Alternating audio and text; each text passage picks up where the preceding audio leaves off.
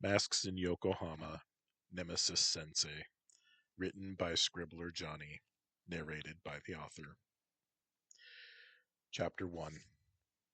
In fair Yokohama, where we begin our tale, in times of unrest, where gifted blood makes gifted hands unclean, no, not really. Things are really mellow right now, except for that recent bad volcanic eruption on Hawaii's Big Island. The gifted, they've been relatively few until recently, and that growth has been exponential. We don't know if gifted started marrying other gifted to have gifted babies or what, but there are more now, and they're young and stupid. And if experienced folk don't get involved, somebody's gonna get a hurt real bad. Hiroi Matsui, never call him Hiro, lived in Yokohama with his dad Goro and his new stepmom Ukyo. He still visits with his mom from time to time, but the whole family agreed to leave the apartment with Goro and Hiroi, and then Akane would move into a nicer, fancier apartment. The divorce arbitration was smooth, without any lawyers, only the marriage arbitrator ladies. They're always middle aged ladies, helping with communication and the transition. Hiroi found them to be very pushy, but ultimately well meaning. His and his mother's secrets were preserved, and that was the most important thing. You already know. They're both gifted. Goro never knew. Perhaps that made a distance between them. Akane never wanted a partner, much less a sidekick or mascot, so they studiously avoided each other when the masks were on. She'd answer questions and give advice, but outright mentoring was out. The mentor always dies, she had explained. So he learned on his own, and he developed his gifts to a precision without her guidance. He did have a sidekick, most of the time, his on again, off again best friend, Shinichi Negazawa. They were prone to arguments, and tempers flare double when you're gifted. Nowadays, Hiroi's mom was retired from the mask game. She had impressive savings and was happily working as an art dealer. Hiroi was still trying to achieve his own excellence, not in riches or thefts, but in deeds. He wanted to challenge himself for a score, and also in battle. He wanted a true nemesis. Hiroi's mother had told him that seeking out trouble would often lead to him finding exactly what he wanted. Sadly, the Guild of Calamitous Intent didn't exist in the real world, so he couldn't be paired up according to skill and power level with an appropriate foe. But with all these new gifted, with some proper guidance, who knows what could be achieved? Hiroi's mask name was Pivot. He was gifted with superhuman strength and the power of weight manipulation. His own, other people, objects. He could increase or decrease the weight in terms of hundreds of pounds now. Couldn't make anything lighter than air, though. Shinichi's moniker was Craftsman. He had a great talent for invention, sort of a low rent MacGyver Iron Man. And they worked well as a team, when they weren't arguing, that is. Shinichi insisted that he wasn't really gifted, but Hiroi had his own theory on the subject. It had been a full month since they had last spoken to each other. Hiroi had to admit that the most recent blow-up was all his fault. And it hadn't even begun as a minor thing. No, he had gone straight to yelling like a jerk. So, he was going to own up to his behavior like a man, apologize, and give Shinichi a gift to show his remorse. He was trying to find something when he realized that he had gone away from his usual stomping grounds and he was near Ukyo's jewelry store. Maybe she would have something Shinichi would like. Toys, gadgets, and electronics would have been wasted efforts. You don't apologize with what the guy already has tons of. You put some thought into it. There ought to be written rules for gift giving, he thought as he walked into the small displays. The only thing appropriate for a man that he saw in the outer window was a pocket watch, and Shin hated those. He said that they were bygone relics. So Hiroi entered the shop proper. Hi, Ukio-san, he called out. Come on in, Hiroi. I'm helping a customer. Please look around. Quickly he confronted his reflection. Short black hair, brown eyes, rectangular lenses on his glasses, a nose that he wished wasn't quite so wide, and a healthy neck and shoulders from swimming and judo. And there by the mirror were several bracelets. A corded bracelet caught his eye. It was the kind that could be unraveled into several feet of strong cord for emergencies. Why would something so practical be in Ukyo-san's shop? He picked up one that was green and black, and he looked around to see if there was anything else that might be good. A gift for a new girlfriend, Hiroi? She asked as she approached him. He wanted to insist that he already had a girlfriend, but he'd ruined things with Harumi Ota as well. It's an apology gift for Shin, actually, he admitted, and concern showed on her face. Do you want to talk about it? She asked. No, but thank you. Really, he replied. He showed her the corded bracelet. Ah, I just got those. Survivalist stuff has been very popular. I thought that I should carry things to expand a bit. I've got some new hard candies, cafe au lait flavor, she said. Ah, perfect. I'll take some of those too. And as he paid, he insisted on paying full price, he admitted that he had been treating his friends carelessly lately. Oh, it must be the divorce.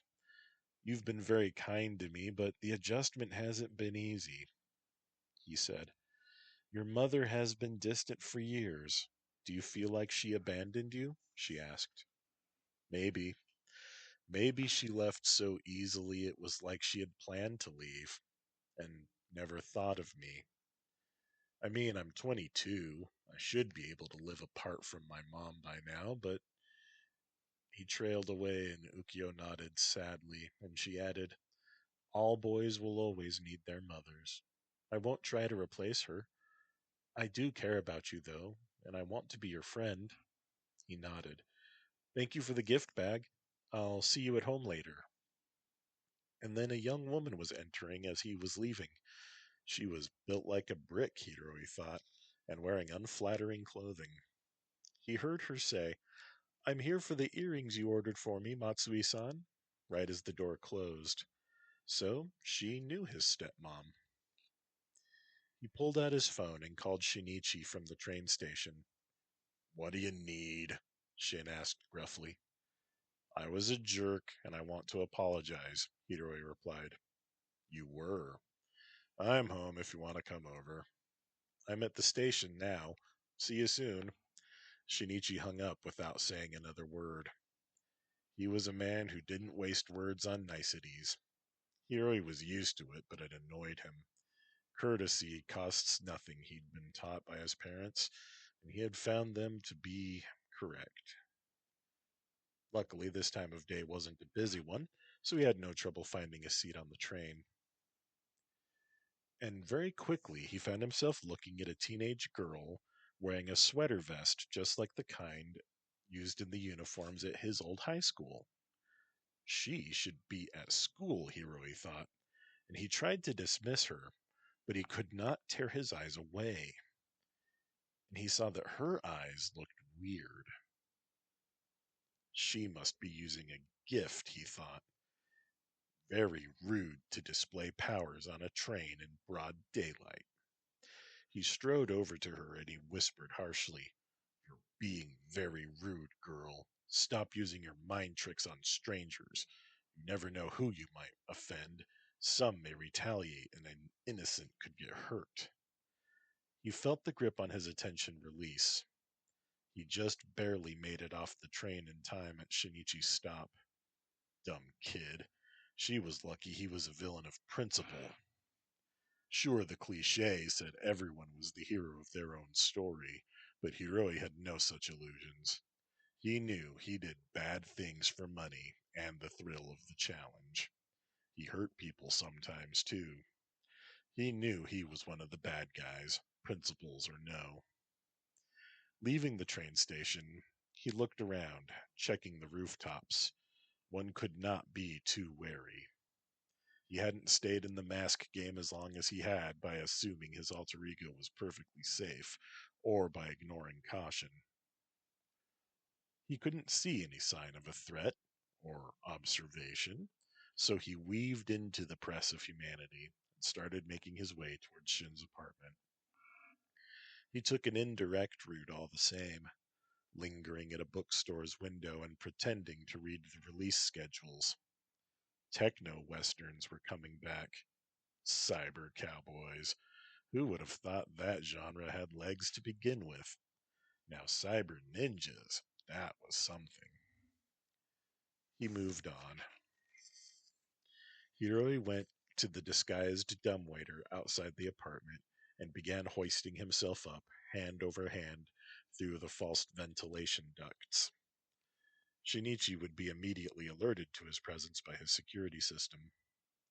He hooked the dumbwaiter to the eye bolt and waited. An intercom blinked a red light at him. He sighed. Is the password still Lolicon Chainsaw? He asked. The light turned green and a buzz let him know the security door was open. He pushed on the panel and entered Shinichi's apartment. It was the tidiest he had ever seen it. What have you done with Nagazawa? He asked the empty room. He heard a toilet flush and then a sink run. Shin exited the bathroom with a grin. I thought you'd be pleased. I even washed the walls and ceiling to get rid of the nicotine stains, he announced. What happened to the hikikomori I used to know who never left the place? Hiroi asked with a grin. I am not a shut-in. I'm just an introvert, he protested. Don't you have something to say? Hiroi sighed. He'd hoped he would not have to do the ritual abasement. I, Hiroi Matsui, grieve, for I have wronged my best friend, who is, you must do the motions too. Hiroi slumped his shoulders and began from the beginning, this time performing the kabuki-like poses to go along with his speech about how sorry he was and how Shinichi was a god among men and more handsome than him to boot. Your abasement pleases me. You are forgiven. What did you bring? Shinichi wore a thong around his tortoise-shell frames to keep his glasses from falling off. Those things were military-grade unkillable, and they doubled as girl repellent. Hiroi looked at the bag he was holding in surprise. Oh, this? You thought this was for you? He asked. Shin smiled, nodding. Hiroi passed the gift bag over. Ha ha, coffee candies. Very nice. And what is this? He unwrapped the tissue paper to reveal the corded bracelet. Oh, I've seen these on the internet. Nice.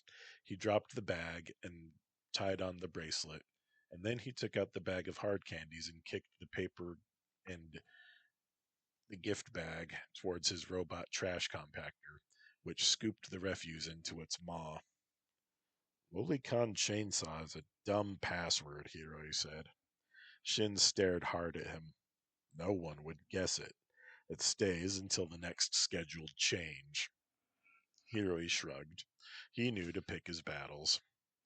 A girl on the train used a fascination on me, he said, changing the subject as he sat down on a cushioned stool that had been designed to look like a woman's skirt-covered backside.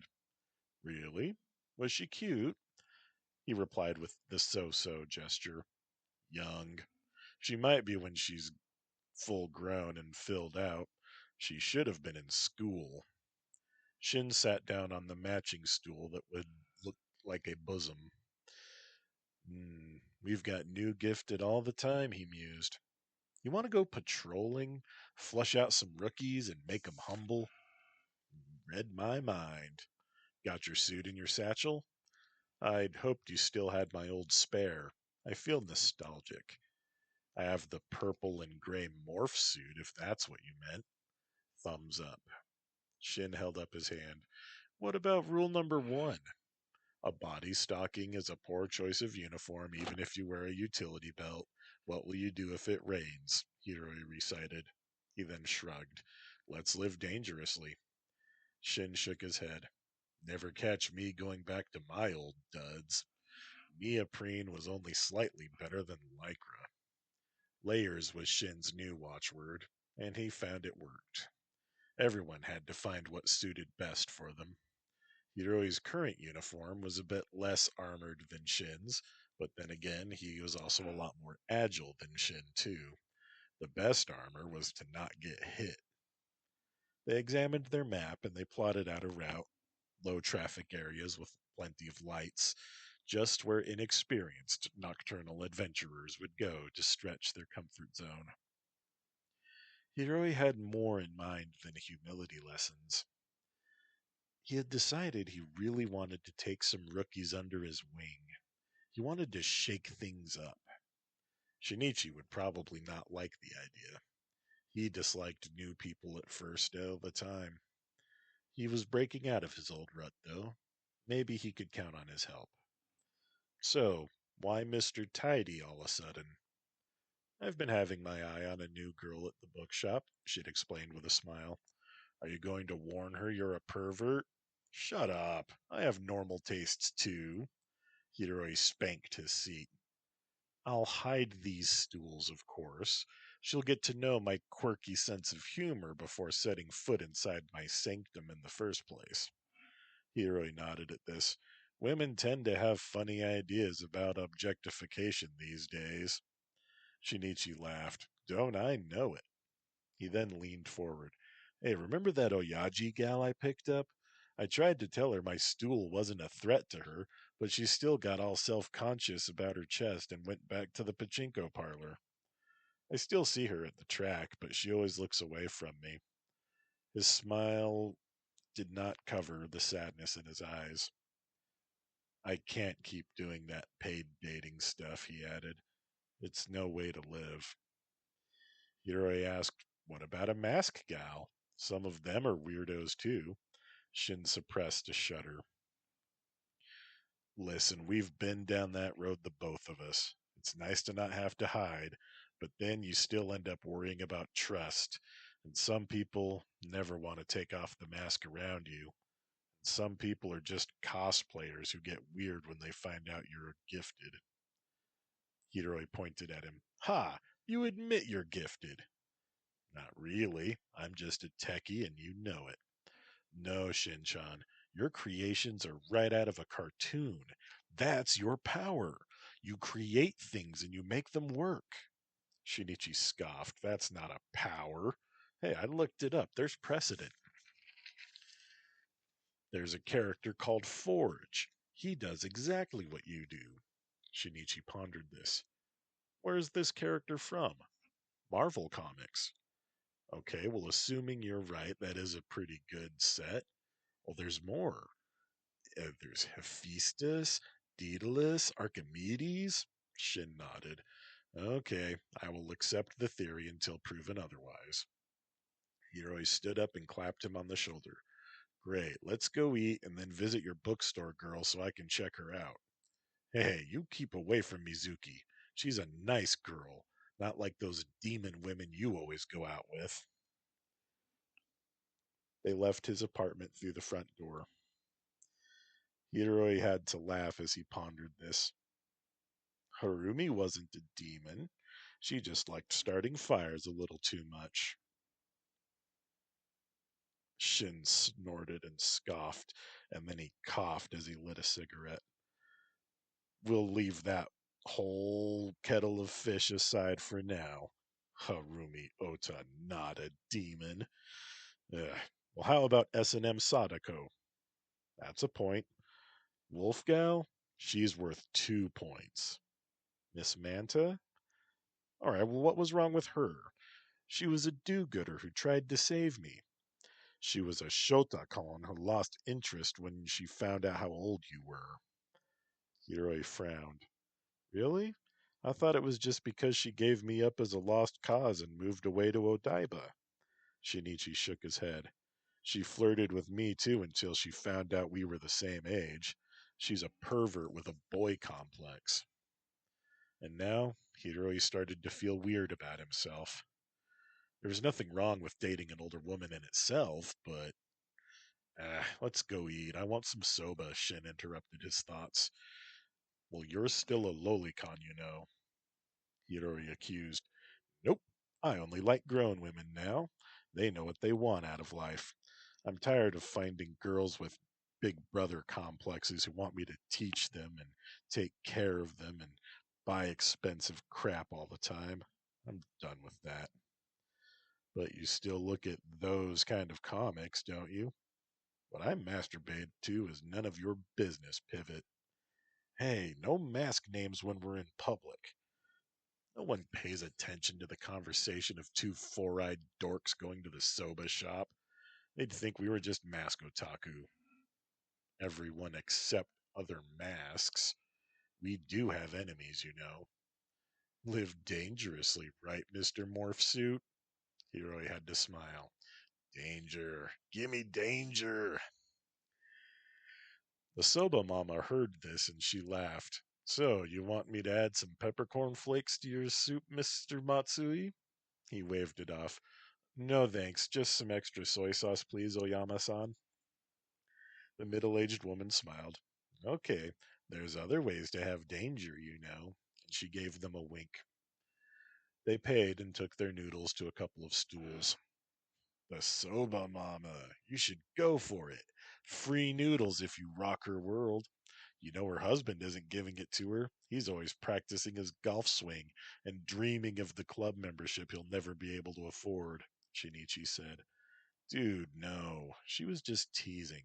Not everybody's a pervert like you. At least I admit it. You're in denial. You like it in uniform, don't you? You want her to wear a mask, don't you? Hiroi flushed and slurped his noodles. I got you pegged. You're a mask pervert. You are a kinky, kinky dude, no matter how much you pretend to be respectable. Well, at least I'm not a lolicon. Put a mask on the soba mama and you'd want her so bad. Bet she knows a thing or two. Shut up, craftsman. Got you good, Pivot. Hiroi looked around, trying to hide his embarrassment and shame. And he saw that girl from the jewelry store. She was looking at them from the bar. Oh, crap. She carried her bowl towards them. Crap, crap, crap. She bowed and asked, Do you know Craftsman and Pivot? I'm a fan. Shin grinned at her. Why, yes, I'm his friend. Do you want to meet him? She smiled and nodded. Which one? His grin widened. Crap, crap, no. I happen to be Pivot's best friend, and this guy knows Craftsman. We're fans too. Are you playing a game? I know karate, she warned. No, serious business. Pivot really is my best friend. I'm going to meet him tonight at this bar. It's called Ghost Alley. You can come. He wrote down the address for Ghost Alley, a bar where Gifted met Incognito, neutral territory. She looked at the address. Her shovel shaped face showed confusion. Well, it's not Cape Town, so I'll believe you. Can I bring friends? They nodded. Cape Town was a cosplay bar. No real supers there, except for the occasional lonely, desperate type hoping to pick up a mask chaser. The bulky girl carried away her noodles and left. We have fans? Hiroi asked. Don't you pay attention to mask Twitter? Mask otaku argue about Gifted, just like baseball team fans do about the Hanshin Tigers or whatever, Shin said, slurping his noodles. Yeah, but that girl was at my stepmother's shop. What if she's following me? What, worried she's too big for you to handle? Hiroi stuck out his tongue at him. So, want to meet her friends? Yeah. Should I mask up? Ghost Alley's neutral ground, so you'll be safe. Everybody respects that neutral ground. So, they changed their plans. It's a school night, so let's get there early so they can get home to get their homework done, Hiroi said and laughed a little bit. Some things will work out just fine sometimes. Not everything is a catastrophe. And so around 7 p.m., they made their way to Ghost Alley. Hiroi was wearing his morph suit, which was a full body suit covering his head as well. His was dark purple with light gray highlights to create the effect of pivot joints and steel rods. He didn't have a logo or any of that kind of thing.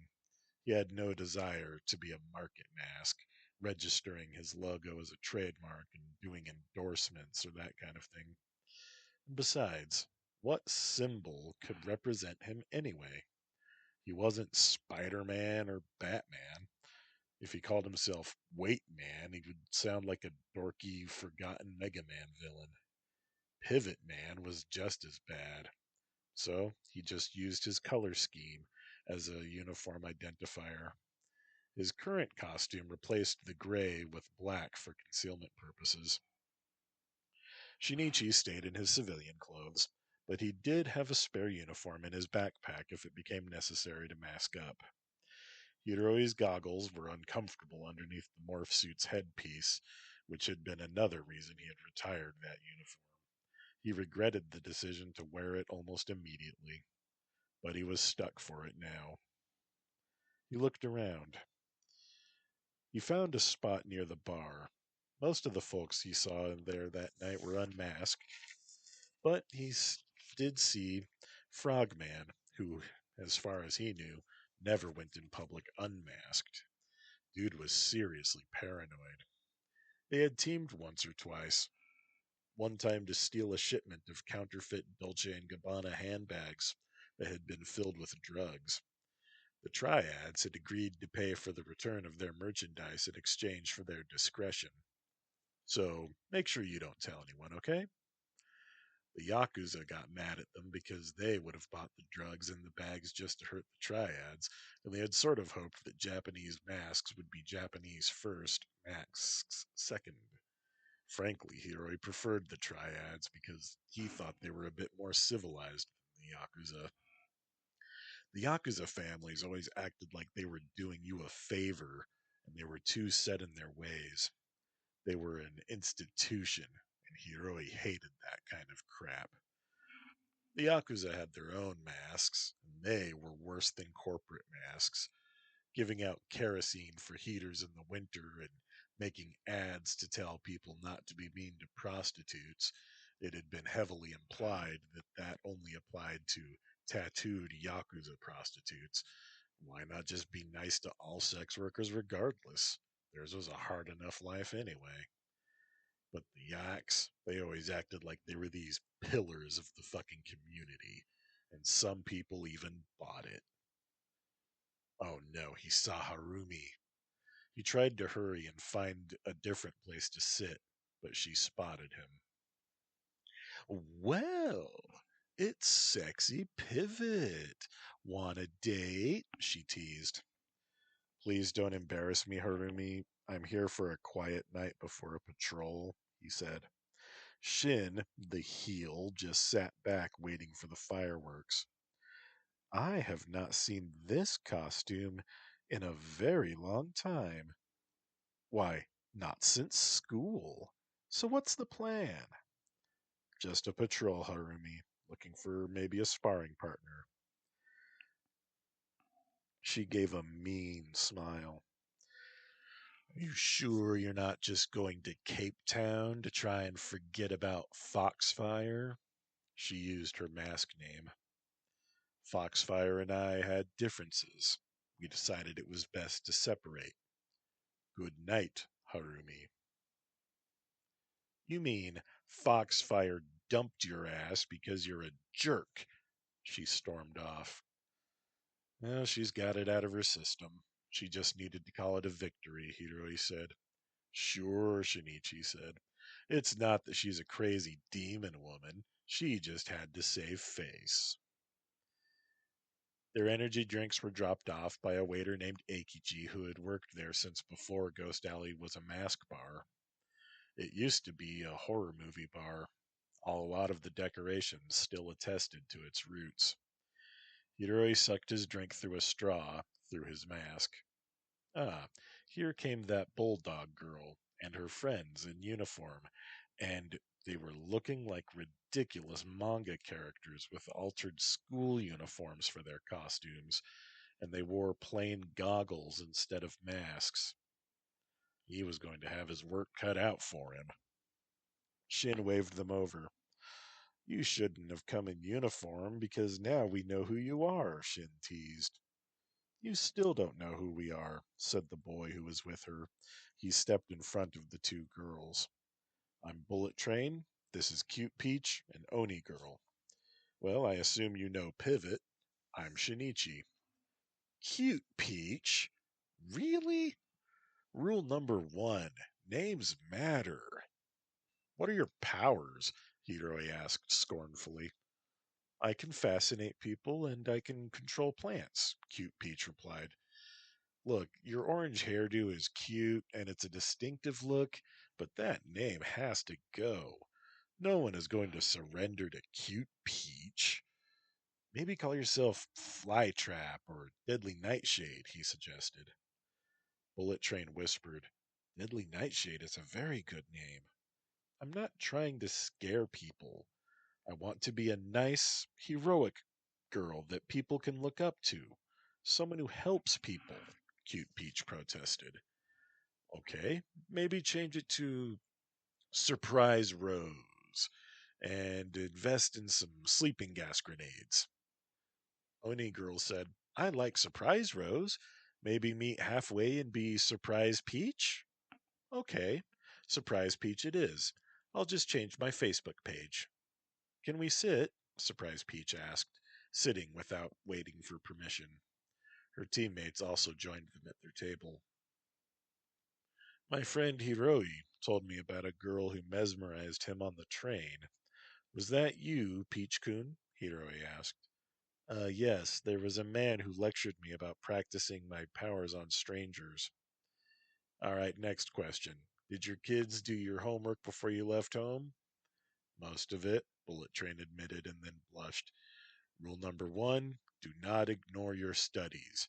Mask is not a profession, Hiroi said.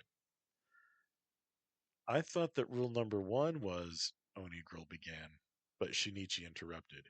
Do not argue with Pivot-san. Each rule is just as important, so all of his rules are rule number one. Pivot nodded. I have a job and I pay my taxes like everyone. I'm a consultant for an insurance company, he said. Shinichi here does computer security. Okay, next, Bullet Train. Seriously consider a name change. It's not awful, but you can do better. Oni Girl, what are your powers? She brightened. I've got super strength and super healing. He considered. Not bad.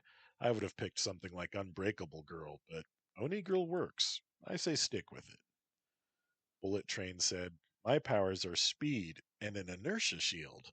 Well, the speed was obvious, but explain what inertia shield means. Well, I get up to speed and a force field forms around me. Try to find ways to get that shield when you aren't running. Force fields are incredibly useful, especially to do-gooders like you. Bullet Train nodded, and Pivot then said, Rule number one, don't tell everybody your powers. You never know who you may run afoul of, and you will want any advantage. If they know what your powers are, they'll try and use that knowledge against you. Shin nodded. We thought it was a professional courtesy, Surprise Peach said.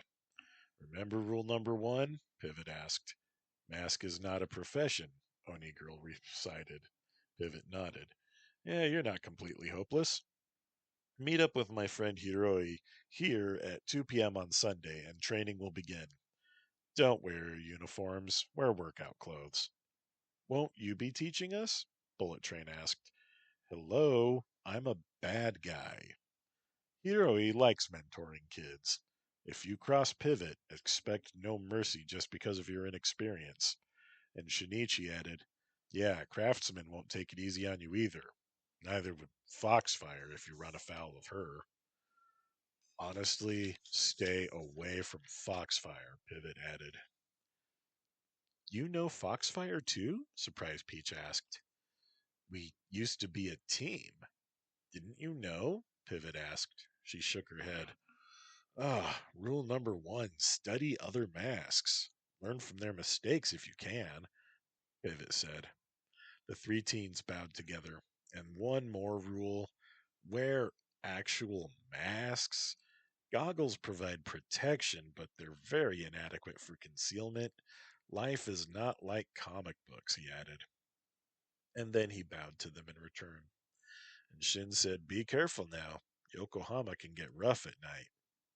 Oni girl scowled at him, and the three left. Pivot pondered Bullet Train and that potential, speed and a shield. Maybe he could change his name to Battering Ram, Bullet Man, Bullet Fist, Whiplash, Wrecking Ball, Whoosh. Wrecking Ball. He would have to suggest that name. Pivot was proud of Surprise Rose, but Surprise Peach would do. He finished his drink while he was still lost in thought, and Shinichi grew serious. What are you planning, Pivot?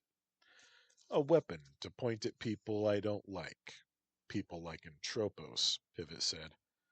Yeah, we gotta keep the community on their toes. Adversity makes us stronger. What about the Iron Oyaji? Shin asked. He would kill the lot of them like small yappy dogs, Pivot replied. Oni girl might be a challenge. Not until she gets more experience and some hand to hand training. Even then, only if her healing factor is really potent. I mean, oh, and if she's a black belt, maybe. But Iron Oyaji is a straight up killer. He might be the most connected Yakuza mask of them all. He might be the Dragon of Yokohama. Well, speak of the trash and look who shows up. Pivot's eyes locked on Entropos, wearing his bizarre star covered dark blue costume. What that had to do with entropy, Pivot had no clue. Entropos could manipulate entropy, the universal force that broke everything down. That and good luck were all that had kept him alive. Entropos was a lazy, fat idiot who had never learned subtlety or any creative ways to make use of his power. He just full blasted all the time until he got tired, which didn't take long, but his gift was just so effective he rarely needed much time. One of these days, though, someone would poison him or snipe him, but for now, the jerk was making money through extortion and phony security and structural test consultations, which was just a different kind of extortion. He was the one Pivot hated the most. He was a vulture who would swoop in and steal other people's takes. But it was hard to completely beat a guy who could make things break just by wanting it to happen. And Tropos was why he didn't wear shoes with laces anymore.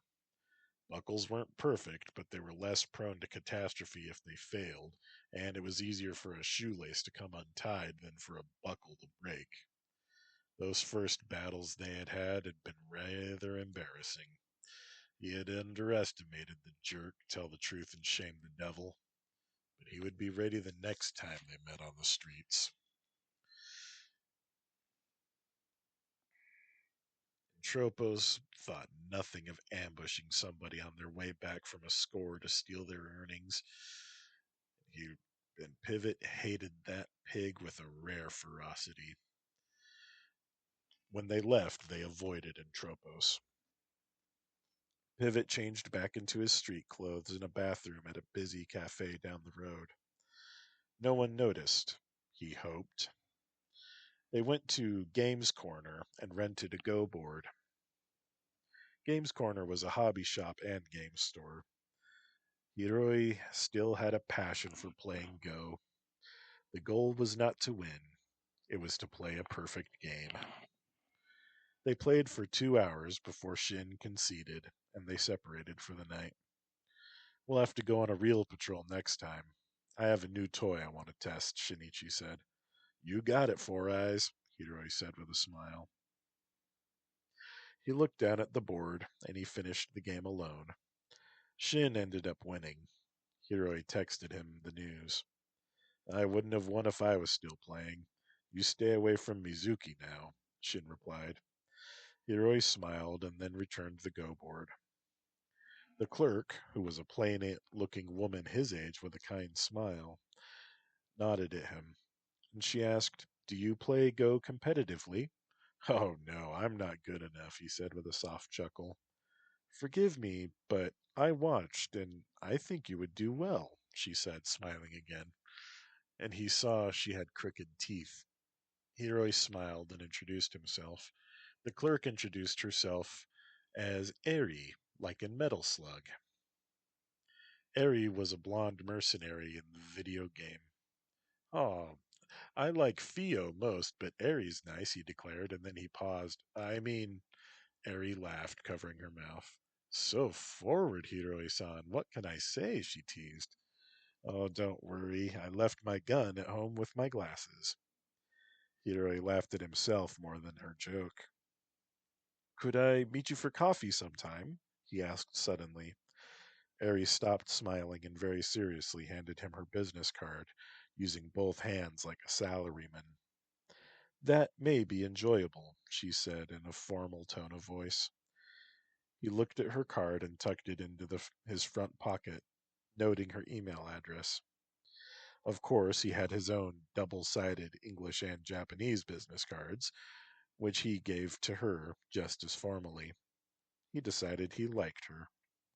I will email you soon, if I may, he asked. Please do, she replied, and then gave him a bow, which he returned before leaving the store. What would Harumi make of Eri? She'd probably make fun of her looks, the vain bitch, Hiroi decided. He wasn't paying attention, and some teens tried to mug him. He did not laugh as he threw them one by one down the alley, but he did let out a snort. A simple matter of increasing his weight, decreasing theirs, pivot the hips, and release. Airborne goons. That thought did make him laugh. He hoped he hadn't blown his cover. He walked quickly away, feigning fear. He hoped nobody saw. Oni girl saw. She did not tell her teammates about what she saw. She wasn't sure why she kept the secret. But her heart fluttered. He was strong, like her. He wouldn't be scared of her. She felt her face grew hot and she sighed. Hiroi Matsui was Megumi Meguro's destiny. She felt it in her bones, in her secret place, the part of her heart that no one touched. She leaned against the girder she'd been hiding behind to observe him. She knew now that Hiroi was, in fact, Pivot, and he knew she was Oni Girl. Love would change him and make him stop being a criminal. She wasn't pretty, but she knew destiny had brought them together. She would put on her cute new earrings and some makeup, and she would make sure Hiroi knew that she was available. She was 18, already a woman, and him at 22, he was just right. Megumi couldn't suppress a girlish giggle as she envisioned their future. She needed a strong man like Pivot. Hiroi arrived at home around 10 p.m., and Ukyo scolded him. It's late, Hiroi. Your father and I worry, what with all the masks and capes doing their nonsense at night. People get hurt, Hiroi. Ordinary people like us get hurt when the masked people fight. He nodded. You're right, Ukio-san. I'm sorry for worrying you. My work sometimes keeps me at late hours. I'm on call at all times, he explained. Please be careful, is what I meant to say. You're all I mean, your father has for family. And without knowing why, Hiroi hugged Ukio there in the door. His shoes were still on. I'm sorry, Ma. I promise I'll be careful. And he felt his shirt get wet. Ukio was crying quietly. She didn't even shake. He held on, and she wrapped her arms around him. So that's what mother love felt like. She finished crying and wiped her eyes on a handkerchief from her pocket. Well, come on, there's some melon left over if you want a snack, she said, walking away briskly. He'd called her Ma, and he'd hugged her. Ukio took the slices of melon out of the fridge. She knew from raising two little brothers that men and boys were always hungry. Hiroi entered the dining room after taking off his shoes and unbuttoned the top of his polo shirt. I met a nice girl tonight. I think she likes to play Go, he said as he sat down. How was your day? He asked. Oh, you know, long periods of nothing and then suddenly busy, busy, she said, sliding a plate towards him. I got the melon fresh this morning and had it chilling all day, she explained. It was excellent. Hiroi said you picked a good one. Is the grocer your new boyfriend? Ukio laughed. Yes, his name is Mitsuko, and he's a real sweetie. Seriously, though, I think I might be her favorite customer. She has some pickled eggs ready for tomorrow. Should I get some? Hiroi nodded. Pickled eggs had been a favorite snack, and he told her so. It was then that his father entered wearing a robe. Hiroi, don't you know Ukio needs her beauty sleep? He teased. Hiroi faced his father and nodded. Sorry, Dad. Late night. Sure, I bet you have a new girlfriend. Is it Harumi-chan again? I like her, Goro asked. They'd been on again, off again for some time. Since high school. No, Dad, no girlfriend, and I think it's over for good with Harumi this time. Hiroi's father admitted that that was unfortunate and left. Ukio patted him on the shoulder before going to bed herself. Hiroi decided that he would visit his mother the next day, before his meeting with Oni Girl and her partners. Did they have a team name? They probably did, and it would be some ridiculous thing like on a cheesy TV show, Teenage Hero Rangers or some such nonsense. He rinsed off the plate and threw the rinds into a special bowl. Ukio was very green, and she liked turning botanical waste into a sort of slurry that she would bury in her flower pots. Hiroi didn't know if it counted as mulch or if it helped things at all, but it didn't seem to hurt. He walked to his bedroom. He turned on the bug detector device that Shin had made for him so long ago. It gave the all clear. He lay down, staring at his ceiling in the dark. He still had a large poster of Foxfire and Pivot taped up there. The photographer had thought that they were just cosplayers. They had acted like it. Harumi was so beautiful, he admitted, but she was toxic too. It was time to move on. So he stood up and he took down the poster. He folded it carefully before putting it in his bedroom wastebasket. He took the time to peer out his window at the city lights. The night did not call to him, but he did see a flare. The sudden bright light stung his eyes. Something across the street had sent up that flare.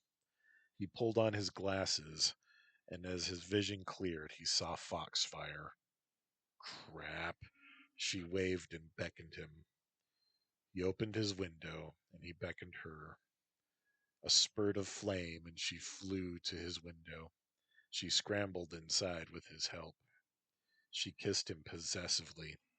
She tasted like beer. Listen, Pivot, I miss you, she slurred. So, it was going to be this kind of night. Harumi, it's over.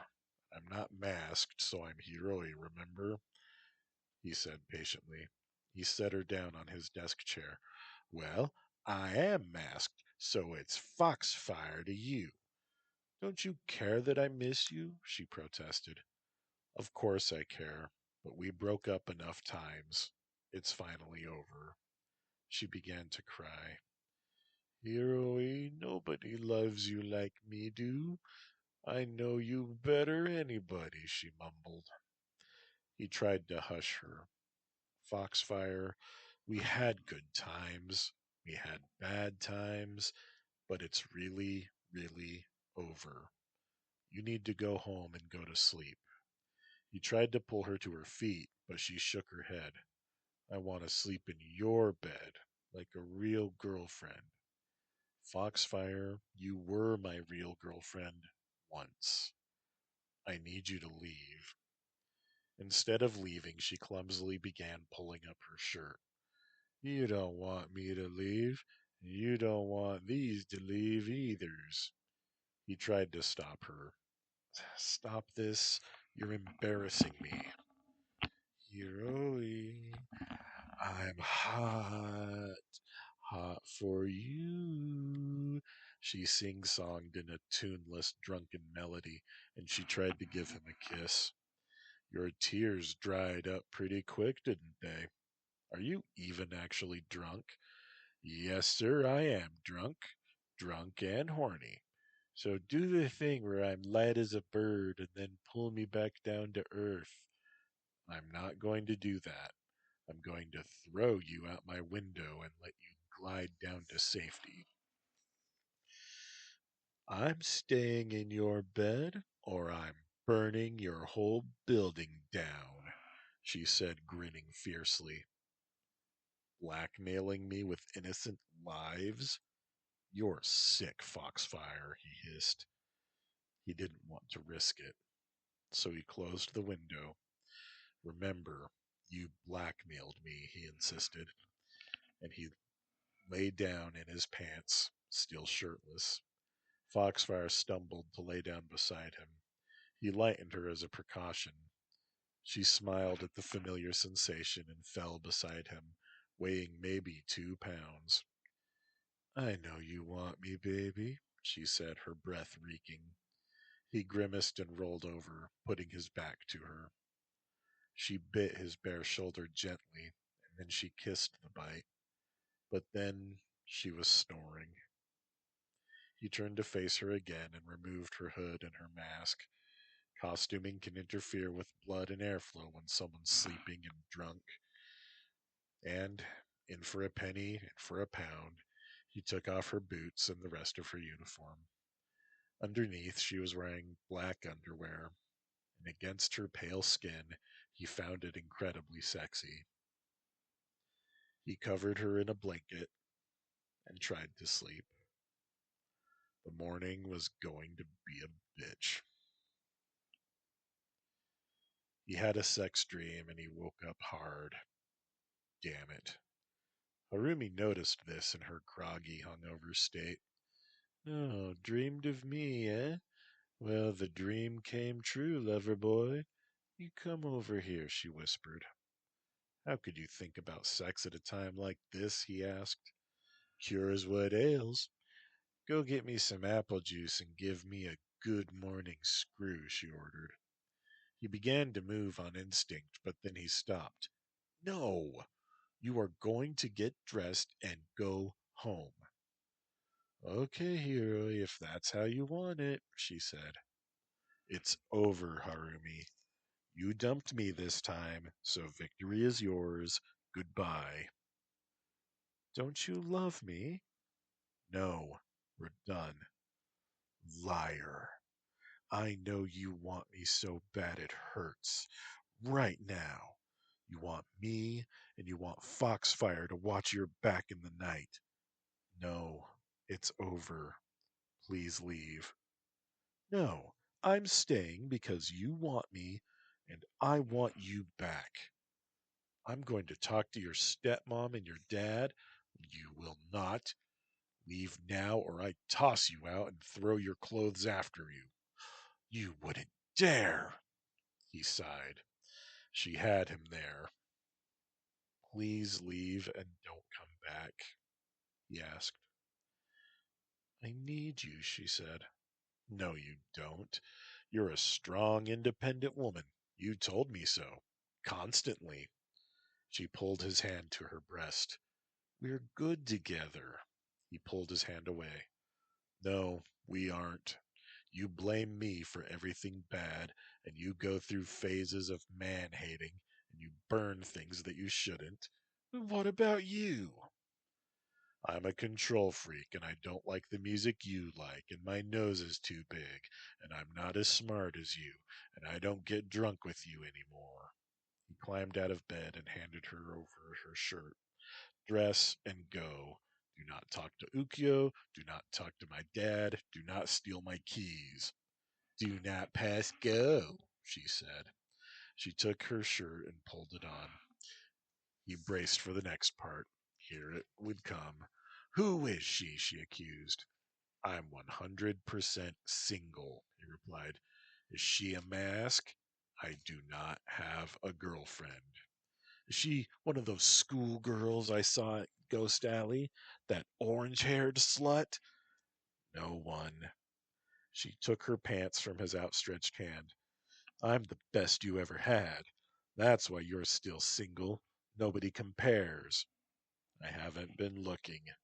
You're in denial. He handed over her boots and her hood. She finished dressing. You're pathetic, Hiroi. Who passed out on whose bed? He opened the window and lightened her weight. Goodbye, you win again, he said woodenly.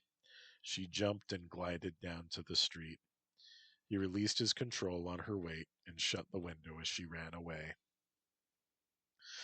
Next would come the mean texts and the tweets, more accusations.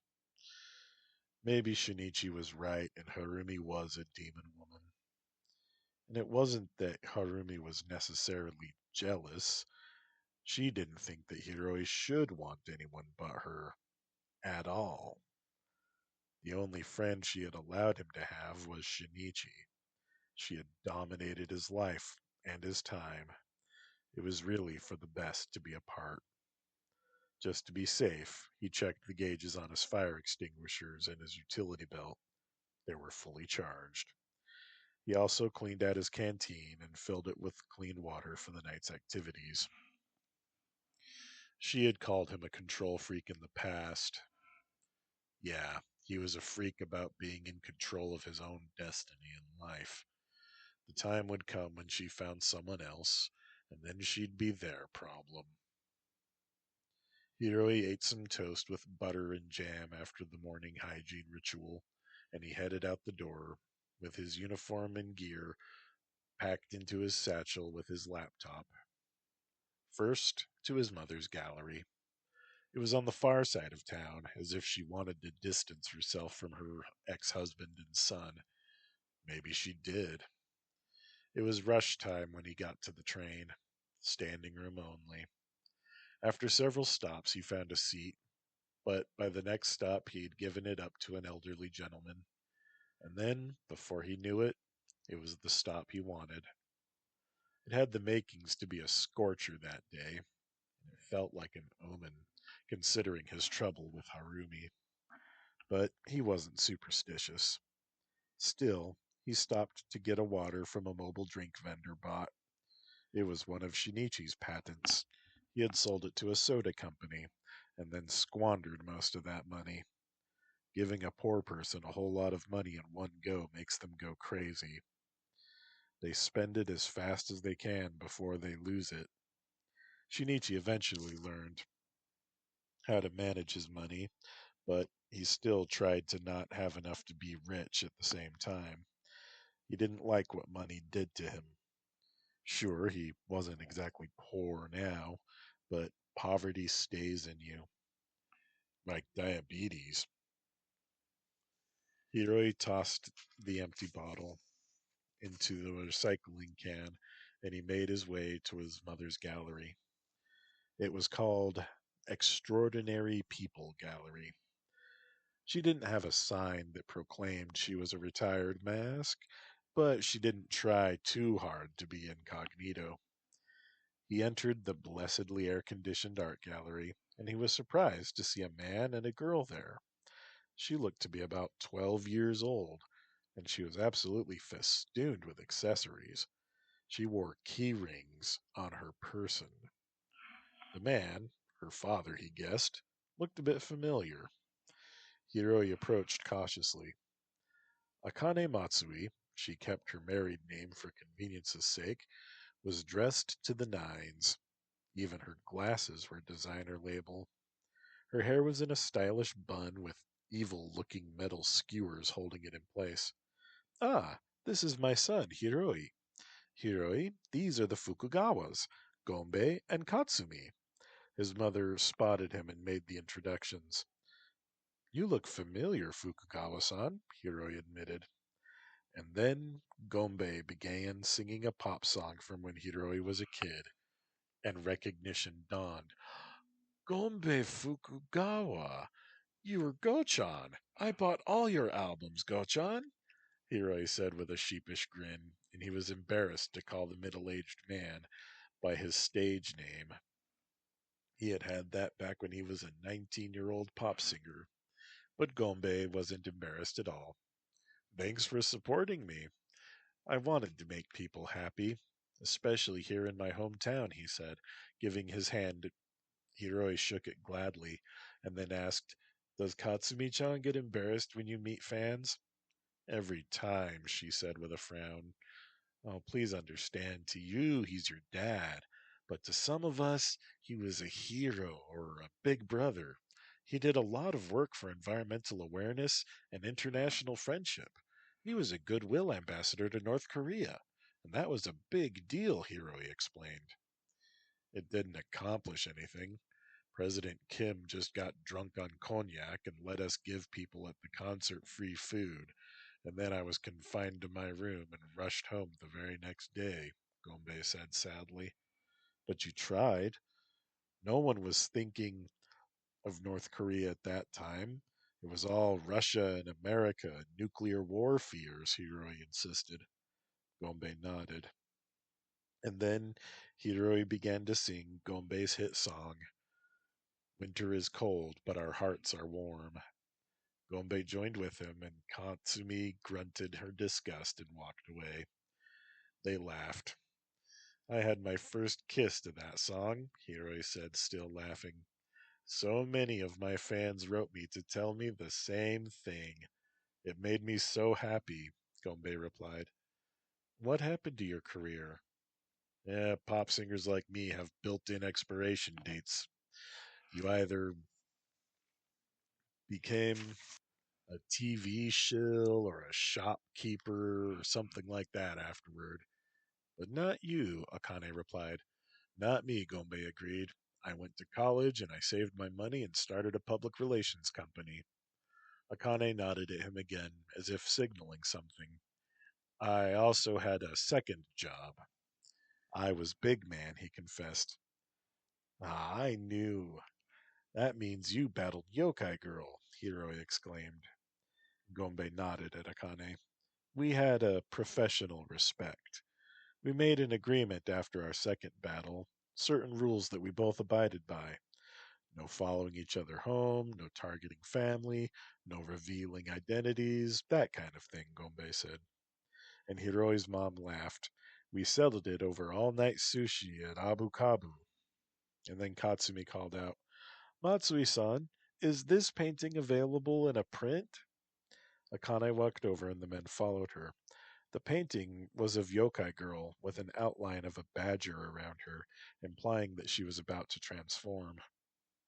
Akane smiled, a little embarrassed. Yes, I'll show you how it looks, she said. And Akane returned with a poster and unrolled it to show the painting as a glossy digital print. Wow, I forgot how revealing Yokai Girl's costume was, Gombe said. I bet all the heroes had a crush on her, Katsumi said. Akane stifled a laugh. Maybe they did, she mused. She was very daring and a real risk taker, Gonbei said with admiration in his voice. Can we buy this, Dad? Katsumi asked. Sure, he said.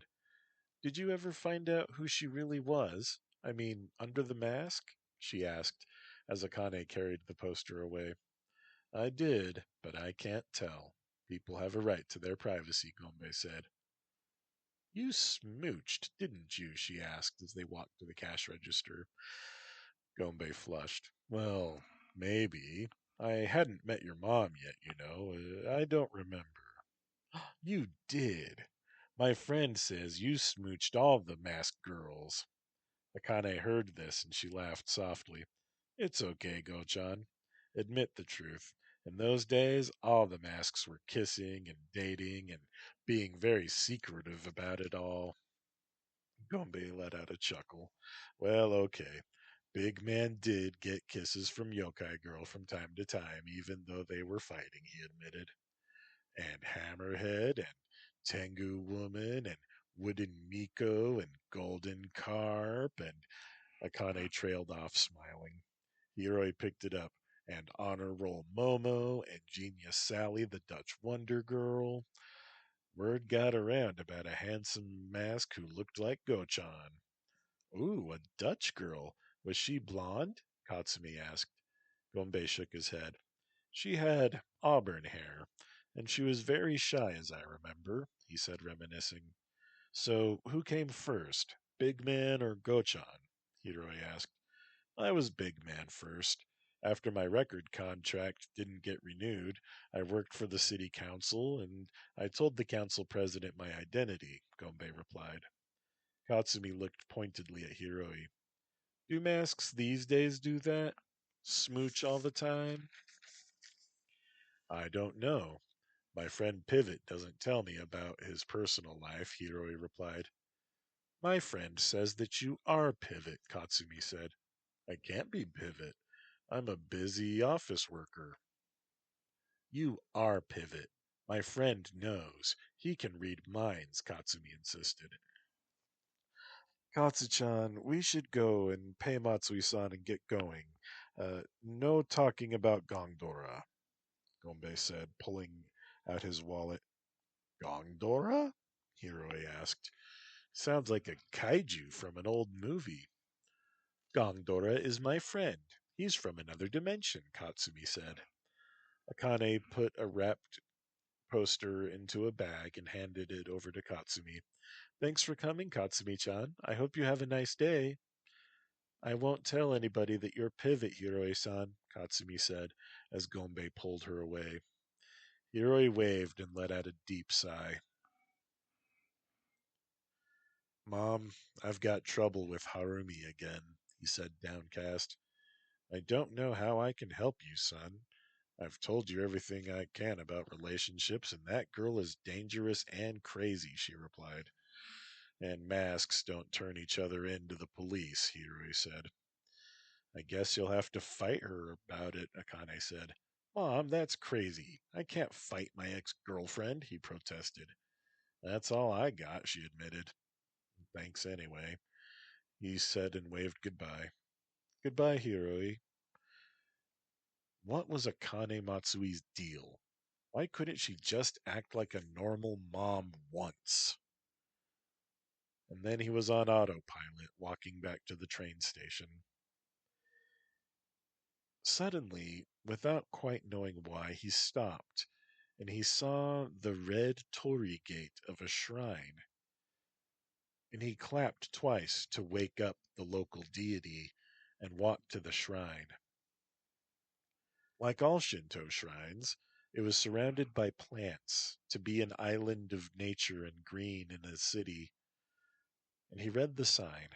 This shrine is dedicated to King Moho, the god of steam. Hiroi had never heard of King Moho before. Was this a real shrine? He looked around. It seemed real. So he dropped a 500 yen coin into the donation box, and he clapped once and said a prayer. King Moho, please help me have good luck with love for once and convince Harumi Ota to leave me alone.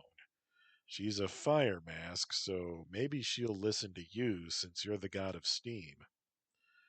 I'll do what I can, Blala, a husky voice said. Hiroi opened his eyes in shock.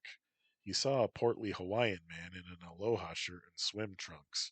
He was smiling with a reassuring look in his eyes. Who? Hiroi asked. I'm King Moho. I'll try to help you, the man said. You're the god of steam? Hiroi asked. Yeah, I'm not as strong as Pele, but I'm the real thing, Moho said, flexing his big hand. Thank you, King Moho, Hiroi said with a bow. Hey, no problem. After I fix up your girl trouble, you buy me a pork bowl, yeah? Sure thing. King Moho clapped his hands. I mean it, Blala. You don't keep your promise. Bad things happen if I get mad. Pork bowl, rice and veggies. King Moho nodded. Hiroi hurried away. He'd heard of Thor in the comic books, and sometimes Susanoo would be sighted near Kyushu, but this? Why did the Hawaiian god of steam have a Shinto shrine in Yokohama? Hiroi was wrapping his mind around this when his brain told him that he could get into big trouble. He could not forget that pork bowl. Would pork cutlet be okay? And did it have to be prepared a certain way? And what did Blala mean? Would he have to start wearing aloha shirts? He hurried to his office. He kept his own hours mostly since he was on call, but the other folks at the office liked seeing him work when they were there, pulling the same hours. His favorite office lady, a middle-aged woman named Izumi-san, gave him a little wave. Barley tea like the usual, Matsui-san? She asked. Oh, yes, please, Izumi-san, he replied, heading to his desk. He turned on his computer and looked up King Moho on the internet. There was not a lot of information on Hawaiian and other Polynesian gods that he could find, but yes, King Moho was real. Hopefully, buying the pork bowl would be enough, and then he could go back to the world he was used to, where gods didn't show up and answer prayers. Izumi-san brought him his tea with a smile. Now don't forget me on White Day, Matsui-san, she teased. On February 14th, girls bought chocolate for boys. 1 month later, on White Day, boys returned the favor. It was much more fair than the American and European traditions in Hiroi's mind. He thanked her with a smile. Barley tea helped him to feel strong for some reason. He liked to have barley in soup, too. He absorbed himself in his work, checking on estimates and actuarial tables. He went for lunch to a restaurant with vegetarian lunch specials. King Moho sat down beside him. I fixed it all up, Blala. Your girl Harumi will not bother you now. And I find a good, strong wahine for you. Her name is Megumi Meguro. Friends call her Megu Megu. She's more stronger than you, maybe, he declared with a big grin. Good katsudon here, he added expectantly. Hiroi waved to the server. Katsudon for my friend King Moho, Hiroi said. Moho nodded. Good man. I can tell you, Hiroi Blala, I like you. You kept your promise, but you also follow your own rules. And you pick a good woman too most of the time. They have fire in their bellies and good teeth, except that Eri. She doesn't have such good teeth. Hiroi could only nod at King Moho's words. Hiroi finished eating his vegetable and rice bowl before Moho finished his katsudon. Hey, Hiroi Blala, you asked me to help you again, and I will do what I can. Maybe we can be good friends, yeah? Moho clapped Hiroi on the back and was gone in a puff of steam. Hiroi paid and walked back to his office, oblivious to the world. Like that, Harumi not a problem? A new girl named Megu Megu? Maybe stronger than him? And what would that be like, having a god for a friend? His agnostic parents had not prepared him for a world where gods were real. Did this mean that Thor and Zeus and Jesus were real too? And was the Emperor really a demigod descended from Amaterasu? Was Katsumi's friend Gondora really from another dimension? It was a lot to absorb. And what did gods mean as far as gifted people? Were the gifted demigods? And what did it mean? As his mind raced, he scrolled around Twitter. Sure enough, Foxfire had bad-mouthed Pivot, but then she changed her mind and apologized. He replied to her tweet saying there were no hard feelings. Thanks, Moho. And now Pivot was being followed by Oni Girl, Surprise Peach, and Bullet Train 2, and someone named Garukatsu. Gal Cutlet? Gross. Wait, maybe it was a play on words in a different way. Katsu. Katsumi. He tweeted out that everything was going smooth and that he was glad for it.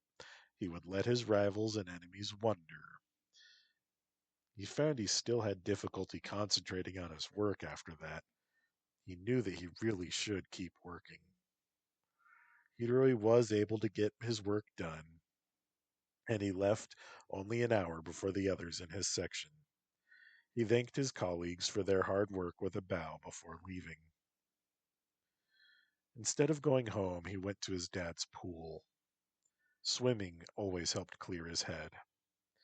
He stored all of his stuff in his locker and changed into his swimsuit.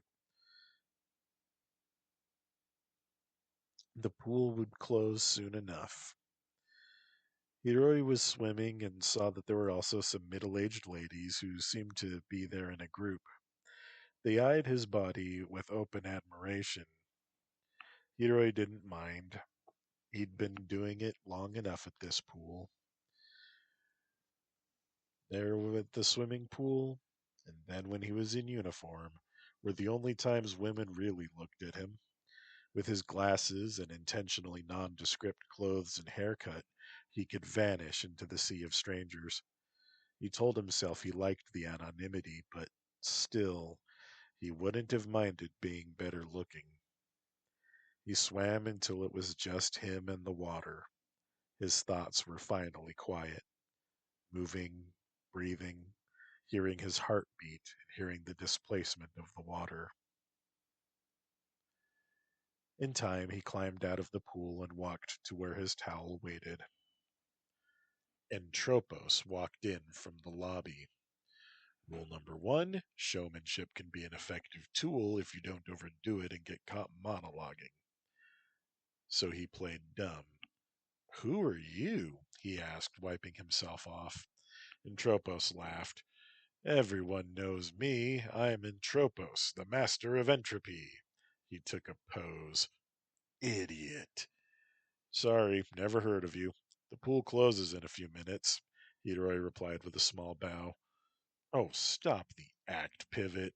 Can we talk like adults, please? Entropos asked. Sorry, my name is Matsui. My father owns the pool. If you come back tomorrow at 9 o'clock, you can sign up for classes or a membership. Adult free swim begins at 1600, Hiroi said, moving towards the locker room. Entropos held out a hand. I know your Pivot. Please stop the charade. You owe me at least that. Hiroi sighed. The mask ain't on, so I'm Matsui. Please. What do you want? He asked.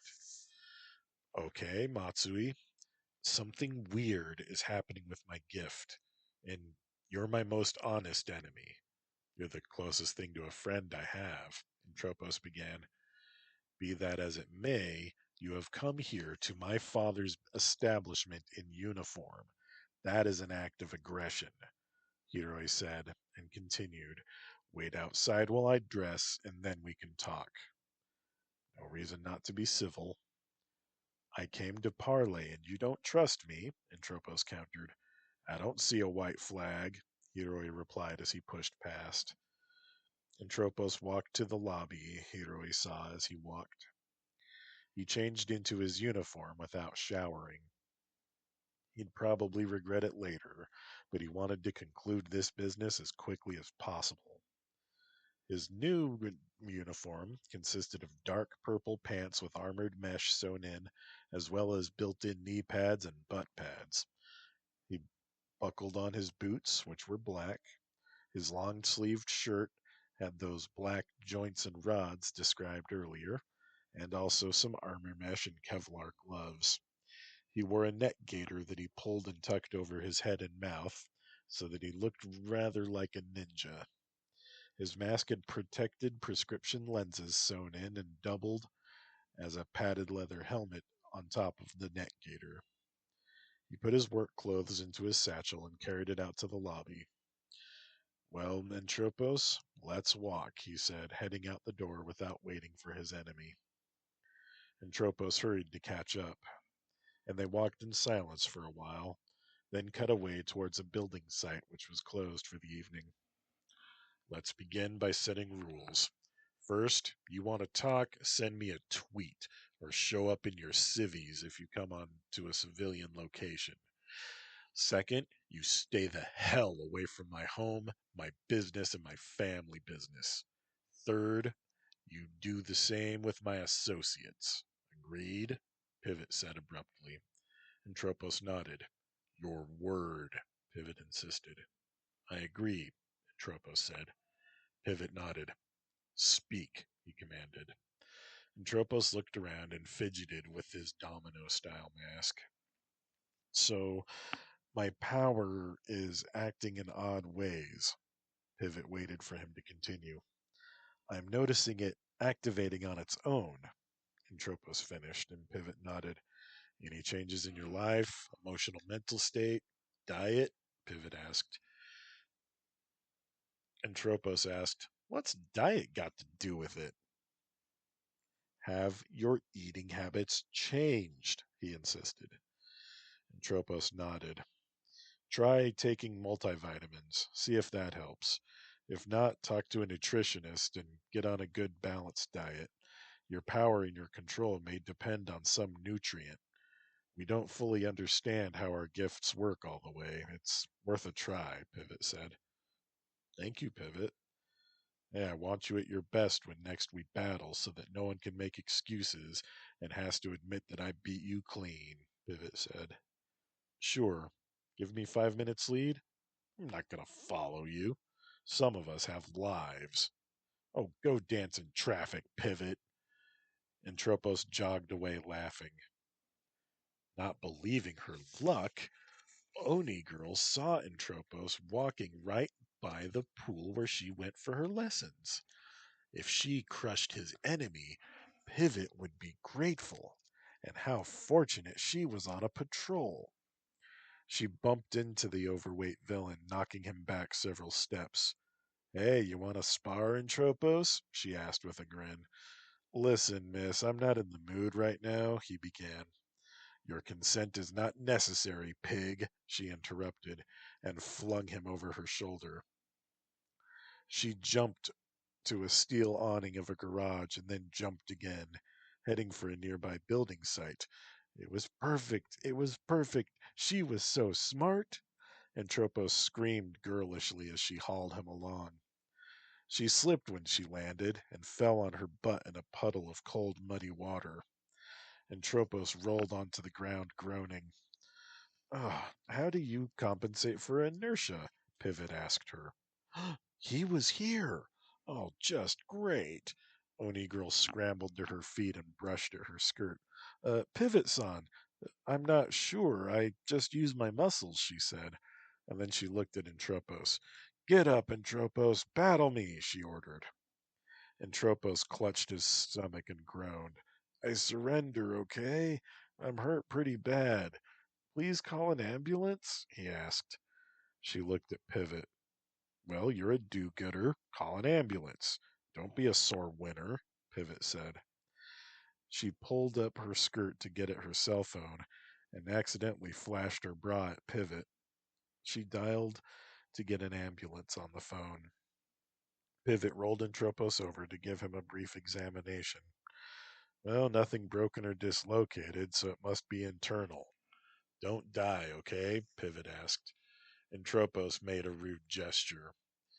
Ambulance on the way. I'll let you have a rematch later, okay? Oni Girl asked. He told her what she could do with her rematch, and he flipped her off. Then her bra came undone. Oh, come on, it's over, you ass! She shouted as she reached back to check her hooks. They were broken. She almost kicked him. Hey, it's over, Oni Girl. Let's go, Pivot said, and he led her towards the pool. Oni Girl! Entropos gasped with mirth, and then he groaned. Ouch! Don't make me laugh. Pivot unlocked the employee exit and led Oni Girl inside, locking the door behind them. There's a locker room over there. Do you have a spare? Pivot asked. No, she replied, embarrassed. Learn to love sports bras, Pivot advised. I'll get some safety pins out from the office, he added. He returned after a minute. Do you need a hand? He asked, holding out the pin. Safety pins at a pool? She asked, taking them from his hand. Surprising how often we need them, Pivot replied. We? Why do you have a key anyway? She asked. I've had a membership for years. Matsui-san trusts me, Pivot explained. I do need help, she admitted. I know karate, she added with a glare. I wouldn't try anything, Pivot insisted. She wished he would. She walked into the women's locker room and took off her midi blouse. Seriously, the Sailor Fuku has been done to death.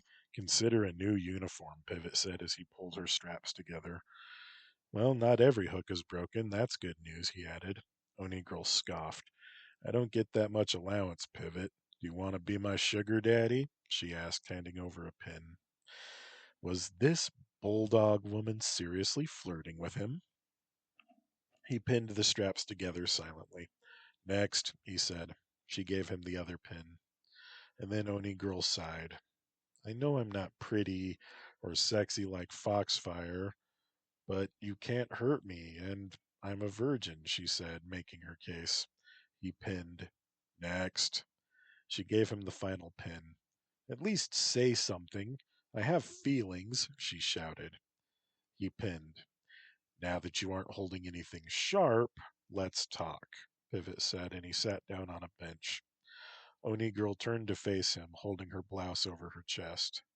Look, I'm not fat. I'm solid muscle, she flexed. She wasn't ripped, but her muscles rippled. Punch me as hard as you can. I can take it, Pivot, she insisted with a blush. He stood up. Why do you want me? He asked. I need a strong man, a man who won't feel threatened by me. They heard the sounds of a siren announcing an ambulance's approach, and Pivot cocked his head. Plenty of strong men out there. It's the most common superpower, he said. But you're smart and honorable too, she said, looking him in the eye. Okay, Oni Girl, you have a lot to offer the right guy. I'm not sure I'm the right guy. You're good, I'm bad, he said, laying out the facts. She looked down. You won't even give me a chance. I bet you would if I had big boobs, she said with a sigh. Hey, don't be like that.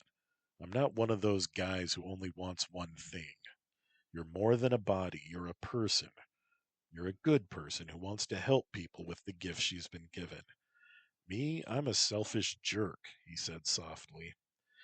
I beat your nemesis for you, she said. True. I owe you something. What do you say to dinner and a new bra, he suggested. Only if I get to model it for you, she said. Deal. She pulled her blouse back on, fixing her goggles in her hair. My real name's Megumi. Megumi Meguro. My friends call me Megu Megu, he interrupted, stunned. How did you know? She asked. King Moho told me. Who's he? Oh, thank goodness, something normal. Pivot smiled and took off his mask. I'm Hiroi Matsui. King Moho is the god of steam. He said that he brought you to me. He said you might be stronger than me, Hiroi said with a small grin. Megumi pulled off her goggles. I know I am. Look at you. He laughed. You've got me beat in bulk, but I'm also taller. She punched him gently in the belly. It still knocked his breath out. Let's not spar. Let's get you a clean outfit, he said. You're acting like a sugar daddy, you know. I graduate high school this year. She put her goggles back on and then suddenly embraced him. He didn't know what to do, so he put his arms around Oni Girl, and she sighed. It feels like coming home. Your touch feels so right, Oni Girl said. And Pivot had to confess to himself. He liked the feeling of her muscles in his arms. I like this, he confessed. Well, let's go. I'm tired of my butt being dirty, Oni Girl said with a laugh. Ah, but we were having a moment, Pivot said. Yeah, I could feel your boner on my ribs, I know, she said, still laughing. He backed away and checked his pants. Hey, I don't. Come on, lover boy. She pulled him towards the door. He unlocked the employee exit and locked it behind them. They walked to the train station. I know a shop that has my size. Not many do, you know, Oni Girl said as they waited for the train. He nodded. I hope Entropos isn't injured too severely, Pivot said. Well, he took a shoulder to the gut with the force of a lot. Yeah, I hope he lives to fight another day so that we can beat him together. Rockin' a hard place style. She slammed her fist into her palm. Oh, are we a team now? He teased. We'll see, Onigirl replied. At any rate, both of us are arching in Tropos now. Arching? You know, arch enemy? Oh. The train arrived. They got looks, but just as many simply looked away. So tell me about yourself, Pivot prompted. Well, I was born in Akita, out in the boonies. My dad was a farmer, but he moved us here because he got a better paying job for a freight company.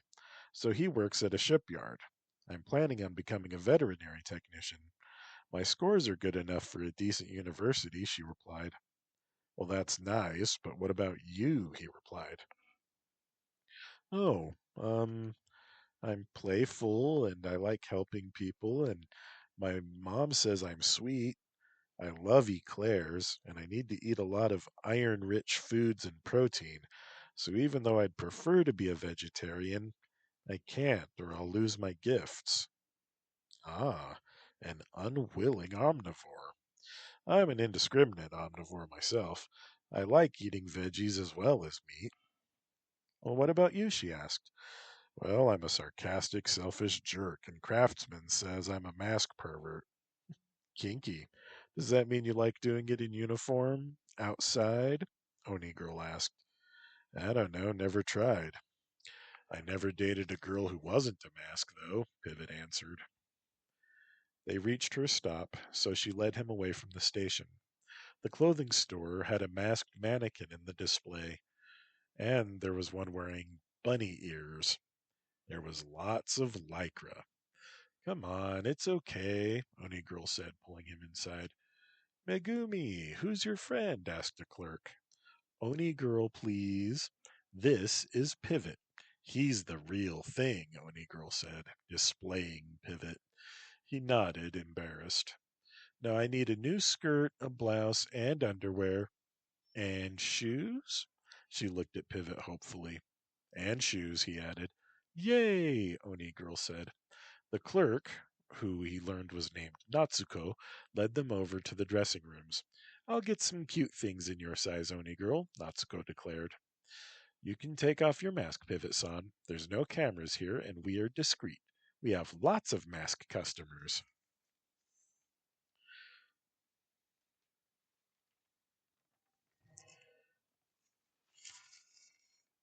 Oni Girl removed her goggles and her dirty clothes there in the dressing room.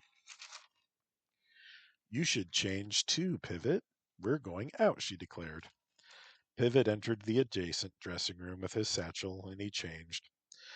Megumi, try on these underwear. They're very comfy and cute, the way you like, Natsuko said, handing them over the door. Megumi pulled her pigtails loose and shook her hair before tearing her ruined bra in half and changing into the new underwear. She agreed it was comfy. Okay, Hiroi, come see, she called out. She and he opened their doors at the same time. She assumed a pose that she hoped was sexy. Her tan skin, big muscles, and glossy hair were a nice contrast to the canary yellow bra and panties. The fabric looked soft enough to be a nightgown. Her shovel-shaped face was still not gorgeous, but her inviting smile made up for a lot. I like. I'll buy him, Hiroi said. Good. Here's the rest of the outfit, announced Natsuko. Megumi took the clothes into the dressing room and changed. I love this outfit. Natsuko, you're a wizard. Natsuko laughed behind her hand. Oh, no, I'm not, she protested. Megumi pulled the tags off and handed them and the shoebox to Natsuko. My man is rich. Pay the lady, please, Hiroi, Megumi said.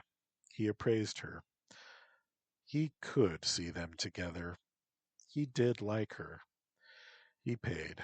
Well, do you know good places nearby? He asked Megumi as they left. She carried her uniform in a shopping bag. Yeah, my favorite steakhouse is nearby, she replied, holding his hand. As they walked, Hiroi noticed he saw Frogman jumping from rooftop to rooftop. Even lightened Hiroi couldn't jump like Frogman. Must be nice. The food was good. Megumi was sweet. Hiroi was sarcastic. I had an idea, she began. Would you like to keep my torn bra? I could give it to you for a trophy. Hiroi choked on his water. I've never had that kind of trophy before, he said, coughing. You'd like it, though, wouldn't you? You could look at it and remember me, she said, flexing her biceps suggestively. Are you asking me to be your boyfriend again? Are you saying you don't want me? I'm not saying that. Then what? I want you to be sure, Hiroi said. We get along well. I want to try, Hiroi, but I'm going to be teaching you. Yes, you'll be our Nemesis Sensei, she said, grinning. And my Nemesis boyfriend. Can love bloom on the battlefield? He laughed at this. It was so perverse, he had to admit he loved it.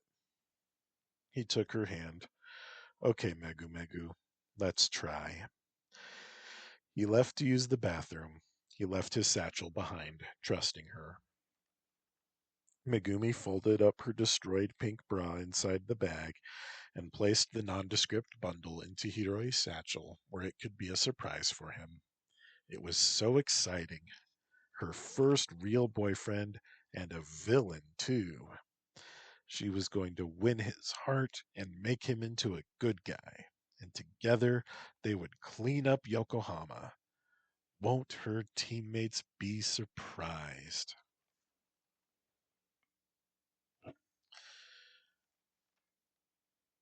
Shinichi was laying awake in his bed. Usually masturbating helped him sleep, but tonight he was wide awake.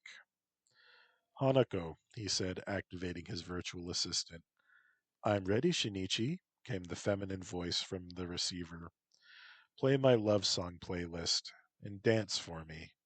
Slow dances in the blue dress, please, he requested. The hologram activated, and love songs from his childhood began to play. Hanako danced, holding her arms out around an invisible partner. The hologram looked like an anime character with purple hair and a thick braid. Hanako, have you ever been in love? He asked. No, Shinichi. I like a girl, but I have no idea what love really is. I can fetch contact information for relationship counselors and dating services. That's not what I want. Keep dancing to the music. Shinichi masturbated again and he cried, hating himself. but not being able to pinpoint why. Heedless, the hologram continued to dance to the music until Shin fell asleep.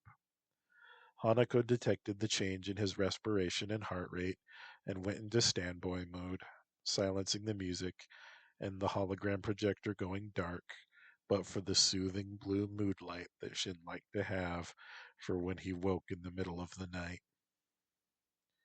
And he had the old nightmare again, the one that he had had so frequently since he was a boy. He was walking around an impossibly big house, searching for his family, searching for his friends, and finding no one, no one at all. Empty rooms, empty halls, and only his footsteps and his echoed voice to accompany him. They'd all abandoned him. He jerked awake. Are you there, Hanako? He asked. I'm ready, Shinichi. Journal entry begins. Had the empty house dream again. My fear of abandonment may linger forever. I want to know what love is. Maybe, maybe Emmy really was the only true love I'll ever have. And hopefully I can make it work with Mizuki, though. Sad to say that sex and porn is all I really know of love. Journal entry ends. Hanako beeped to acknowledge. He could register Hanako and sell the patent for a lot of money to Toshiba or Samsung or somebody, but Shin didn't want to build a second unit to give to a buyer as a prototype. He wanted Hanako all to himself. Hanako wasn't really an AI, but he had an idea for one. He fell back asleep. It was the day Hiroi would have his training session with those kids, and one of them sent Entropos to the hospital. Couldn't have happened to a nicer guy. Shin planned a trip to the bookstore to see if Mizuki was working. He wasn't a stalker, he was an ardent admirer. He ate instant ramen with miso and dehydrated shrimp. Breakfast of champions. Hanako, trash compactor status. Trash compactor 20% full. Thank you. You're welcome, Shinichi. He checked all of his automated systems, battery chargers, and his security to kill time. He tied up and dressed in casual clothes, including his Keep It Dancing Bro t shirt. He discovered he'd need to buy more cigarettes.